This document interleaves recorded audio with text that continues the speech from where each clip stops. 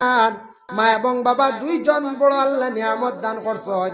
বেশিরভাগ মায়ের কথা আল্লাহর রাসূলে কইছেন। একদিন একজন সাহাবী গিয়ে আল্লাহ রাসূলকে জানাইলা, ইয়া রাসূলুল্লাহ, মা বাবার খেদমত করতাম, তবে কার খেদমত করতাম আপনি কইয়া দেখবাম। আল্লাহর রাসূলে ফরমান, তোমার মায়ের খেদমত করো। ইয়া রাসূলুল্লাহ, কার খেদমত করতাম? বলে তোমার মায়ের করো। ইয়া রাসূলুল্লাহ, কার খেদমত করতাম? বলে তোমার মায়ের করো। আবার কইন, ইয়া রাসূলুল্লাহ, কার খেদমত করতাম? বলে তোমার বাবার করো।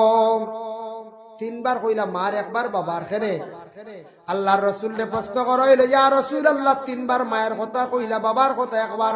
আল্লাহর রাসূলে ফরমান, ও কারণে কইলাম, মায়ের গুণ বেশ, মায়ের মর্যাদা বেশ, ও কারণে মায়ের জীবনে তোমার পেটের মধ্যে রাখছন, তোমার ছোটর থাকি বড় করছন, বেশিরভাগ লালন পালন করছন, তোমার এই কুলের মধ্যে দুগ্ধপান করাইছন রে। ওরে আল্লাহর বান্দাগান, মার গুণ বেশ গতিকে তোমারে কইছি মার খেদমত করো, বাবার খেদমত করো, তুমি দান করো। বাবার কথা একবার কইলাম, মার কথা তিনবার কইলাম। মায়ের গুণ আল্লাহ দান করছেন তিনটা, আর বাবার একটা। এতে বাবা ভালাইতেন না, বলে মার গুণ বেশে মায়ের খেদমত করি, বাবা না।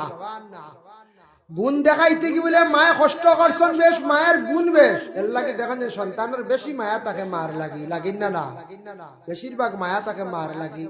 আর মার কুলো আসলা, কুলো আরো ফেটো আসলা, বাদে কুলো আসলা, এর বাদে মায়ে খাবাইছন, খাবার পরিতে লালন পালন বেশি করছেন, বাপে অতটুক করছেন না, গতিকে মার লাগি সন্তানর মায়া বেশ।